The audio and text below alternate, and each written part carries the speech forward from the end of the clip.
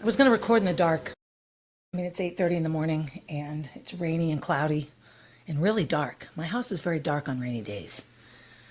I'm kind of dark today. I'm just not in a good place. And I've been in this place many times in my life. And often what I do is rage about it for a day or two and then continue with everything the same, not changing anything, right? Like I just don't change anything. And when I look back on my life, I try to look back on accomplishments. I have plenty of accomplishments, tons. A lot more accomplishments than the average person. But I have double the what ifs, if onlys, I wish I had, I should have, I would have, I could have, all of that. And I get frustrated with myself. Right now, my frustration is money mismanagement, spending money on things that don't earn me any money back or build anything. I don't know, build anything. And that's fine. For a long time, I've needed to work on my relationship with money. I remember before I started this podcast, actually, or maybe right around the time I started the podcast, I worked with this lifestyle coach, whatever she was, named Lisa Christine. And one of the things we worked on was my relationship with money. I don't follow anything. I have a therapist now that I spend a lot of money on, and I don't do a thing she says. So I've decided to stop spending money. This is my big decision. I need to stop spending money for a chunk of time. One of my biggest mistakes in life that I do is I stick with something that's failing because I feel like I've invested so much time already that how do I give up on it? And I look at the years I spent actually with Roy in that relationship, and it was such a trauma bonded reality. And I felt like I'd lost so much, I'd lost so much by being with him that I needed to stay with him to somehow rectify. I can't even really follow my logic in the decisions I make. And I think it's because they're not logical. But I went for a reading, with my, a medium in December, and Molly Dolly comes through, and usually she's very fluffy and light and all this. And she was very agitated and concerned for me. She wasn't agitated because I don't think anyone's agitated in heaven, but she basically said that this situation, my living situation, is unlivable and unhealthy for me, and I need to get out. I can't leave my house. I can't leave my son, nor can I take my son and leave. I don't know what it means. And so I've been sort of spinning around and around, eating crappy, not working out consistently, doing everything I can to self-sabotage anything I feel good about myself. That's just what I'm doing. And setting goals I know I'm not going to stick with. So right now I'm sitting in a room that is now my office, which was my bedroom. A year ago at this time, I slept here. Now it's been my mother's room because that's what I do. And then now it's the office because my office is now her room. And so my life, my clothing, my possessions, the pictures on the wall, they're all piled up all around the house. Somehow this is my job, right? I don't like my job. I need a new one. So anyway, this is where I'm at today. So I have 2 more podcast episodes until I do my redirect. Either take a break, which I think is what I need. I need to not spend money for a few months. 0 money, like gas in my car. That's it. I sort of want to take a break from all of it. Coaching, anything I'm doing outside of this house, I just need to take a break, and then clean the house. I live in an 8-room closet. I'm beside myself sometimes, just frustrated as all hell. Anyway, I have a couple more podcast episodes that I've had a very hard time. When I first started this, I had a mission and a plan. And now I don't have a mission or a plan. I always take pictures of things, little memes and stuff. So I'm going to go through a couple that I've taken because it gives me something to talk about, and maybe it'll make me feel better by the end of this episode. So 7 things we don't understand about life until it's too late. All right, number 1, your health is the only real wealth you will ever possess. Well, that makes me feel better because I don't have any money. So health. Okay, well, I actually am far healthier than 95 to 99% of the people my age. At age 63, I can still completed a high rocks race with my friend Pam. So Pam and I are healthier than a lot of people in their 60s. And she does the same thing. All we do is look at where we fail. So the only real wealth is your health. Okay, that's true. This is the only body we live in. So don't decimate it. Don't put medicine in it you don't need. Don't try to manipulate or change the way it's supposed to work so it looks different. Don't try to make it something it isn't. This is the one body we have, right? Do I drink too much alcohol? For my likes, yes, but compared to what some people drink, I'm a very, very moderate drinker. But I focus on it. It's a bad thing. I eat well. I eat primarily single ingredient foods all the time. That's how I eat. I'm heavy for me. I don't like how much I weigh, but when I really look in the mirror or compare myself to others, again, I'm not heavy. So my health is good. Mental health, we're working on it. Number 2, work is a means to an end, not the purpose of your life. Okay. Nothing I do really seems like work. Recording a podcast isn't work. Although I don't know how to market it. I'm useless, so nobody listens to it. Like, I love it. I love this, what I'm doing right now, looking at myself in my computer and talking to all of you who may or may not watch or listen. I like it. I don't feel like it's work. I've never had a job that I felt was work. The only thing that feels like work sometimes is school board. And so maybe that it's time to turn the corner on that. And again, I think it feels like work because I'm often on the defensive end or the minority piece. And so it's difficult sometimes to always feel like the world is against you. You should have spent more money on experiences and less on things. Okay, well, look at me thinking about money.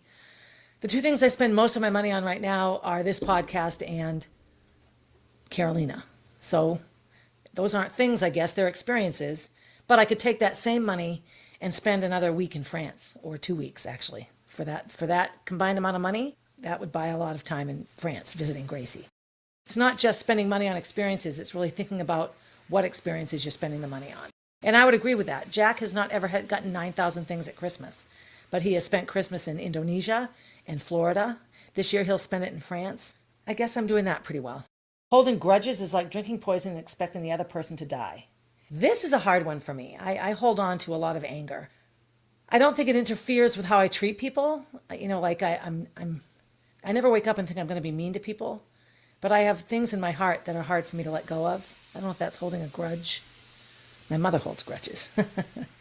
God forbid I empty the desk drawers thinking I was doing a good thing. Hot coal, hot coal, hot coal is what I say when I'm mad. It's like my anger is a hot coal, but I'm holding it so it burns my hand, not the hand of the person I'm mad at. And this quote, holding grudges is like drinking poison and expecting the other person to die, is a great analogy for my life right now. Number 5, most of the things you worried about never actually happened. Oh my God, this is like the month of June and July for me. All the things I worried about at track camp didn't happen. All the things I worried about with the 2 road races didn't happen. All the things I worried about with musical theater camp didn't happen. Everything ended up turning out fine. Next summer, I'll worry about them all again. I just think I will. That's how I am. I always say, oh, I'll be more organized next year. And of course, I'm never more organized. I don't know how to make that work either. Maybe I need to go back on Adderall. Number 6, the people who love you are the only ones who really matter. I have no sense. I don't even really know who those people are sometimes. And I don't say, if you're somebody that loves me and I say I don't know it, it isn't that I don't know you love me, but I don't know whose love is genuine, whose is fake sometimes. Because I believe in the purity of love. I ran into Robin Grant at the doctor's office the other day, and it was, she said, oh, hi. Like, I think it just surprised her. I don't think she was saying hi to be friendly. And I just looked at her. No expression. What do I have to say to somebody that did the horrible thing she did and said the horrible thing she said? So am I holding a grudge? No, I have no room for that. So I have not forgotten all of that. But I believed her. For 2 years after Molly died, I believed that she cared for me and that she loved me. And then you read text messages that she's sending about situations I remember. And I thought she was there loving me, and she was like laughing at me and making fun of me to Lenora. The people who love you are the only ones who really matter. So sometimes I don't know who those people are. Do you really love me? Or do you love my money? Or do you love the fact that you can show up at my house with your kids and leave them in my swimming pool without me saying, yes, come over? I had this happen to me yesterday. Somebody that I know reached out.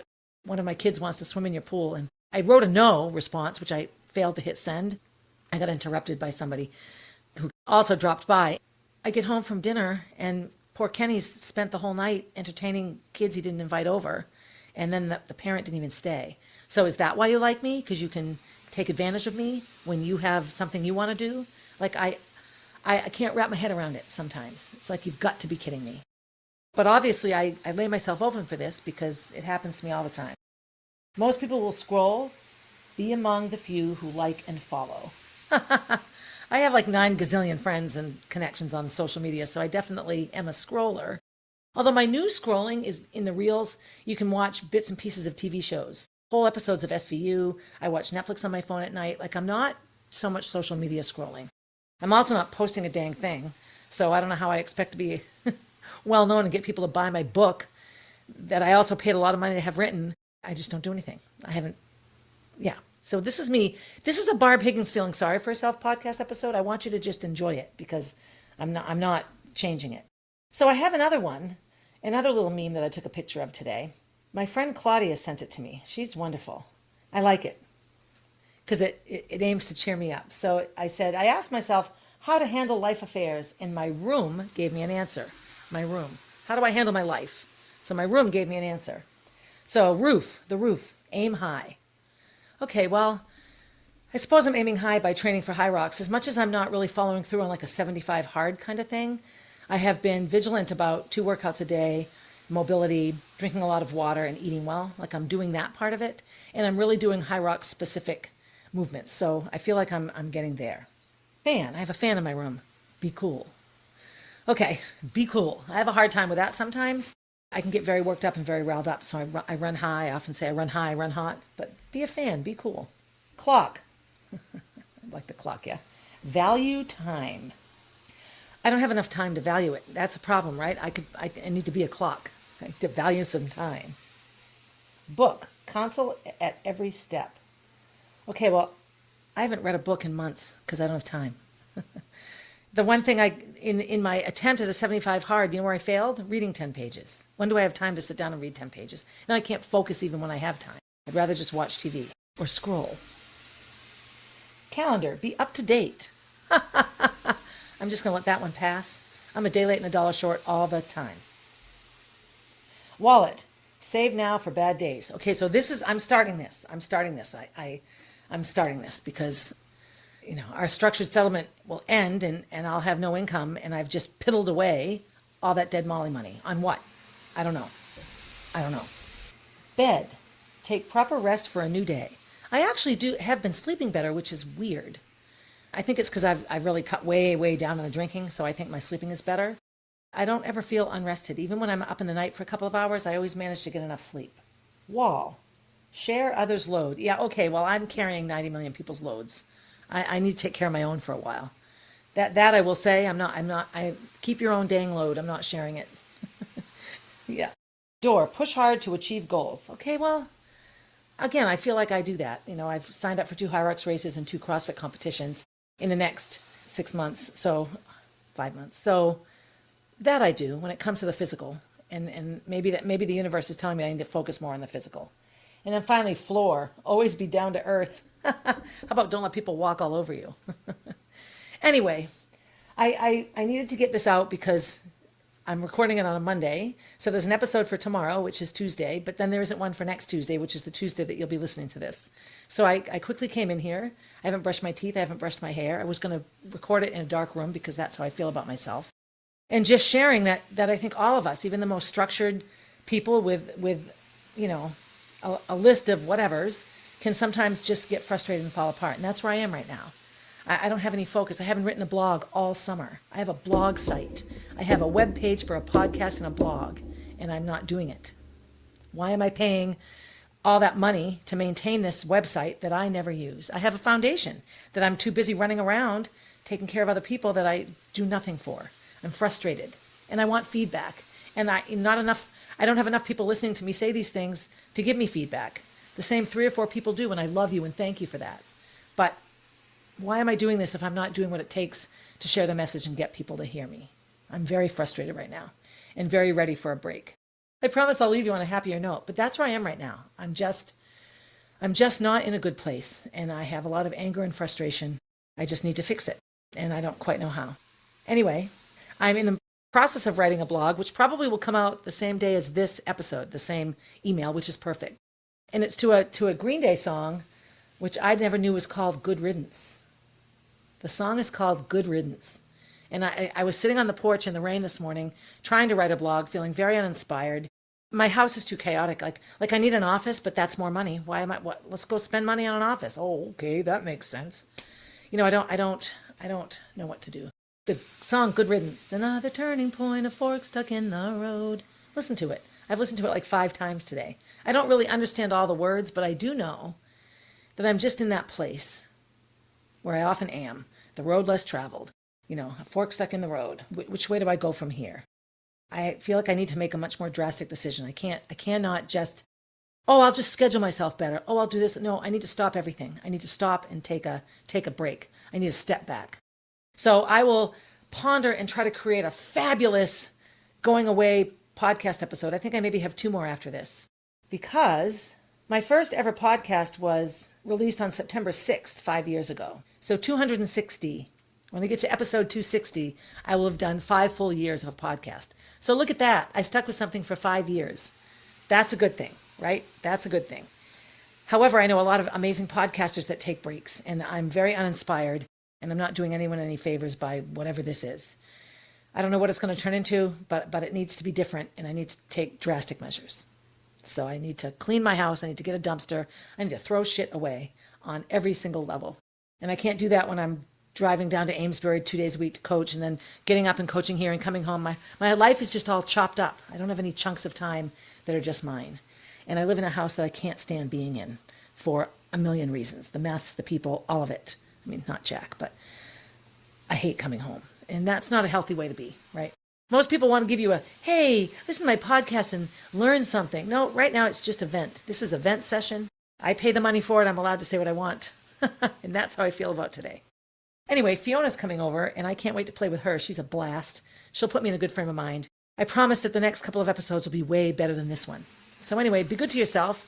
Go on a podcast and vent. Do a Facebook Live and say it like it is. That works so well for me. Be good to someone else. Maybe hold people accountable. I have to somehow talk to this friend and let her know how disappointed I am that she took advantage of me like that. And as always, have a good day, everybody. Hey, thanks for listening and supporting the podcast. Feel free to leave a review and share my stories with your friends. Please reach out with your own stories, as I love connecting with my listeners. If you would like to get to know Molly, head over to mollybfoundation.org to see what she is all about. If you want to see what I'm up to next, you can find me on Instagram at Barb_444, on Facebook as Barb Higgins, and at my website, 1000tinysteps.com. And while you're there, sign up for my newsletter, a weekly way to find out what's up in the life of Barb Higgins.